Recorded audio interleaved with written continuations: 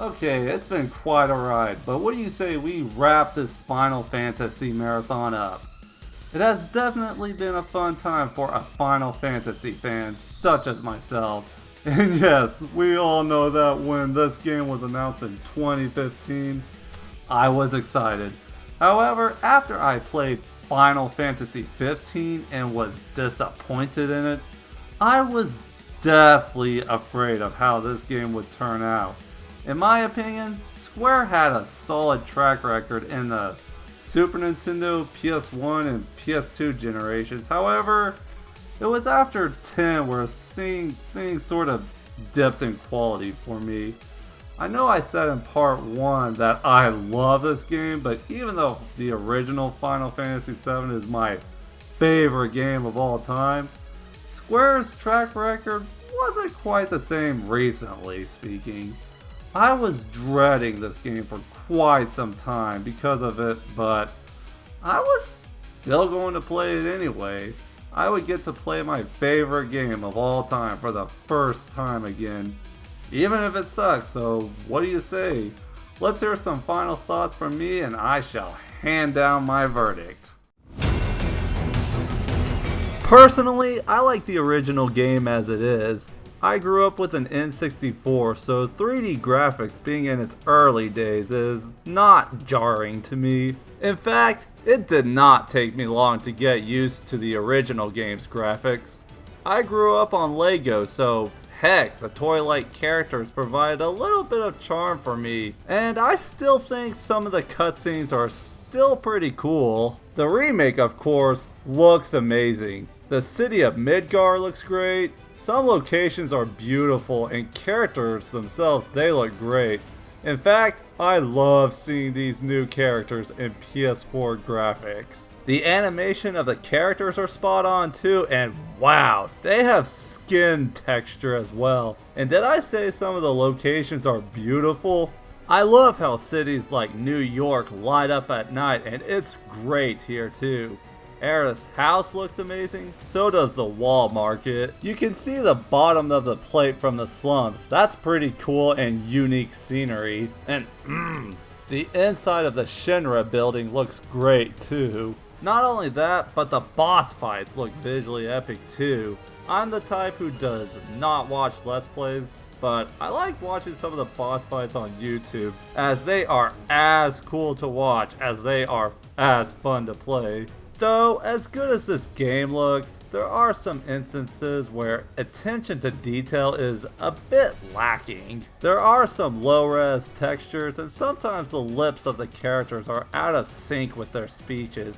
Square Enix is usually pretty good about lip syncing. What happened here? There is a camera angle that is not ideal here and there. Also, clearly the main characters are more detailed than the NPCs, and this one in particular could use more work. Not only that, but is that common in games and I'm just now noticing it? Also, when you climb up the plate to get to the Shinra building, I love that sunset. However, and I'm probably in the minority here, but in the background of this level, I see a JPEG 2D image. That may not bother a lot of people, but personally, it's something I cannot unsee, but hey, at the end of the day, that's just a really minor nitpick. The game looks great, don't get me wrong. Now for the audio.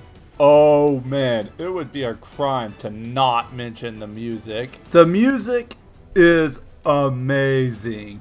I would talk about it, but I think I'm going to do a top 10 Final Fantasy VII Remake songs on a separate video instead. I've criticized the voice acting of some of the games in the compilation of FF7, but in the remake, the voice acting is the best the entire series has to offer so far, at least in my opinion. The voice acting really brings out the characters' personalities. It's funny, and even when it's not funny, it's still a joy to listen to the characters speak. The voice actors literally sound like they've been wanting to voice these characters for years, and I just smile when I imagine them having fun recording their lines. I do have a few nitpicks, but you know what? I won't even bother. They did a good job.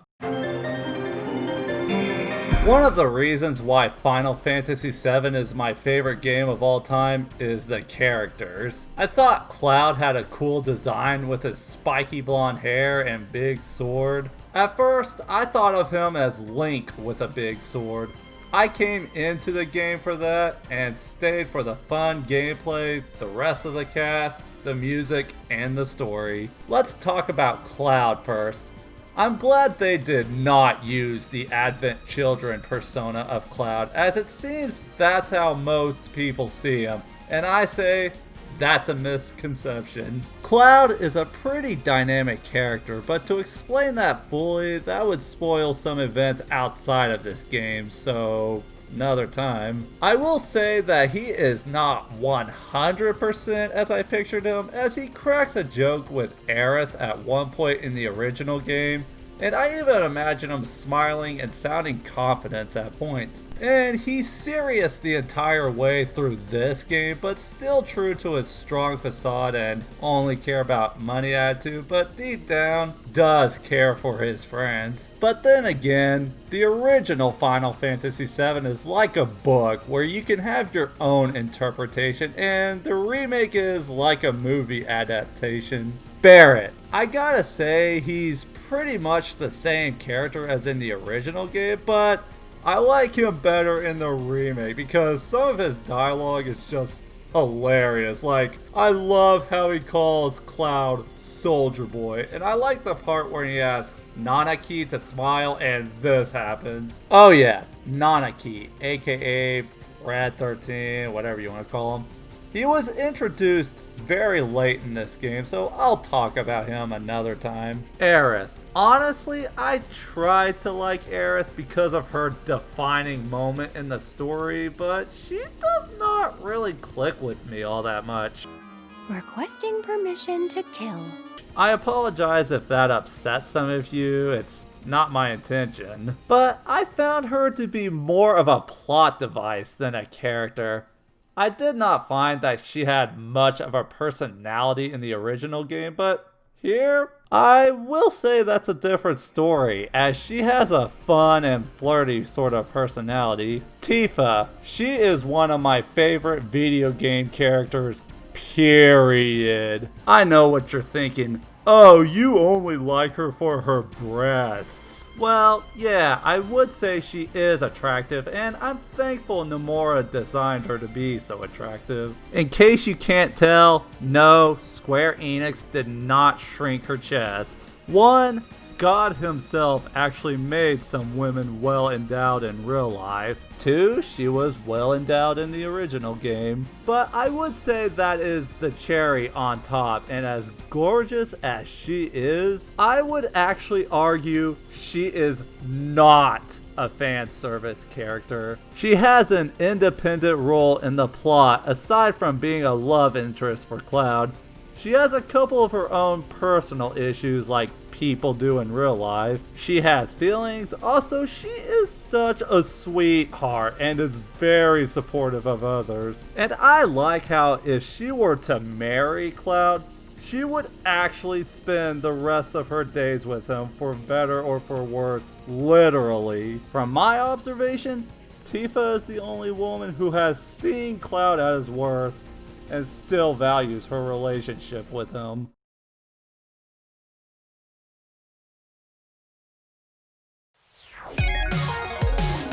Okay, so a few more things I need to talk about. Let's start with Merc Quest. Final Fantasy 13 and 15 had some very generic side quests. They were mostly go to this location to kill this monster, and I have the trophy for doing 20 side quests on Final Fantasy 15, but I do not remember doing them. So how does this game handle side quests, aka Merc quests? Well, not quite there yet, but it's a step up.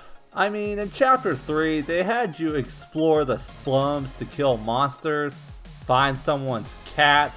They are a little less generic this time around. Some of them involve mini-games such as smashing boxes and doing pull-ups. I do like fighting summons to get new ones, as like I said, the game's combat is fun, and the boss fights are pretty sweet. I will suggest not traveling through an already explored area to fight a boss like the subterranean Merc quest. For that kind of quest, I would suggest traveling through an optional dungeon that you wouldn't normally come across in the main scenario. The original game had a few puzzles, so why not have a few puzzles as Merc quests? I would also add skip travel at the start in an explorable area because, well, you unlock skip travel in Chocobo Search Quest, and if you do this one last and you're ready to move on to the next chapter, this feature becomes a little obsolete.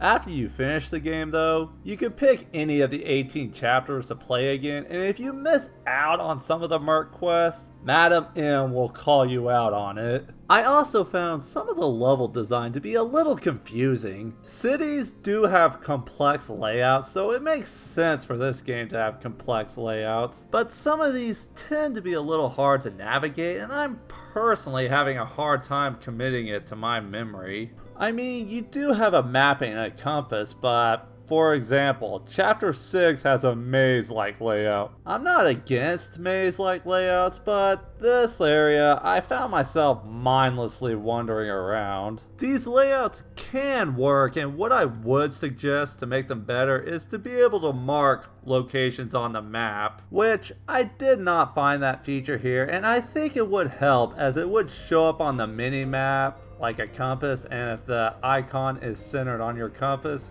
you could follow it. Heck, The Witcher 3 has small white dots that gives you a trail to follow to your next destination. And I would suggest adding GPS-like functions to the map. These are some suggestions that would make these areas a bit easier to navigate and navigate seamlessly, as I found myself opening the map a lot, which you cannot display a map overlay and keep playing like you can in Final Fantasy XII The Zodiac Age.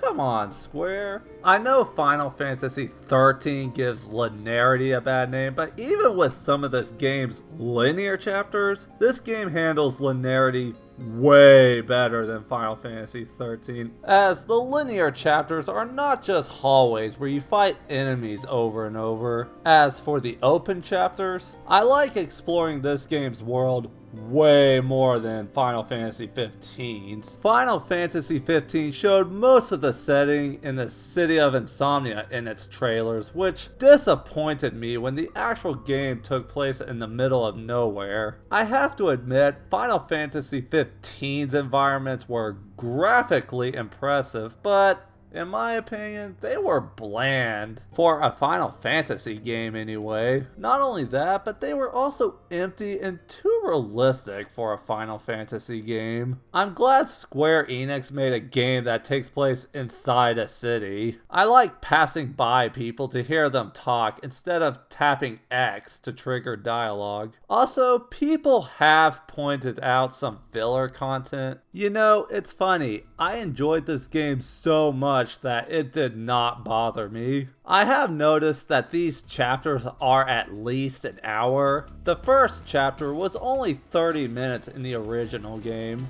Chapter 2 was only 5 minutes in the original game, but now they are both 1 hour a pop. Whether that is an issue or not, I leave up to you. So yeah, what takes minutes to do in the original game takes at least an hour to do here, but I actually did enjoy every second of this game like I did the classic game. But even if I did enjoy every second of this game, I have to admit some of the fluff could be handled better. There is a part where you follow a minor character named Leslie in the sewers.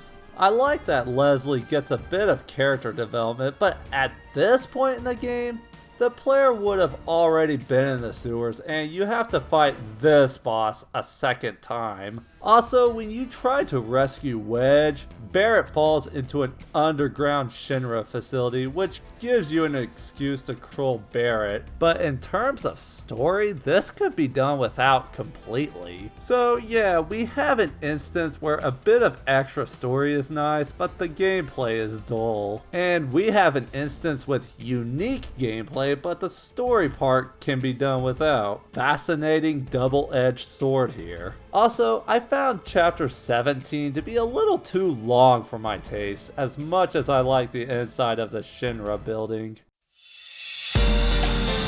I gotta say, Square Enix did good this time. I was wanting a modern Final Fantasy that would bring me the same excitement as 6, 7, 8, 9, and 10 for a long time, and I gotta say, this game did just that.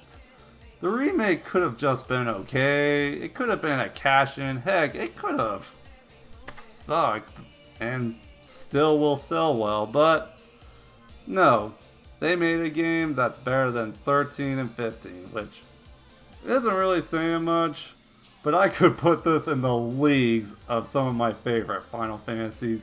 The fan in me wants to give this game a 10, but I do feel that this game is a 9 out of 10. At least that. It's an amazing game, but the entire story is not here yet, but then again, seeing as how I enjoyed this game so much, let's bump it up to a 9.5. I had no intention of giving this game a 10 because, like I said, the whole story is not here yet, and this is only the first 10 hours of the classic game remade. But also, even though I have a job that I work at 40 hours a week outside of this, I got a few days off to play this game, and when I did, I spent 16 hours in a 24-hour period on launch day. Beat it in less than a week with a 40-hour job, and yes, I spent 50 hours in 1 week on this game. You know what? Screw it.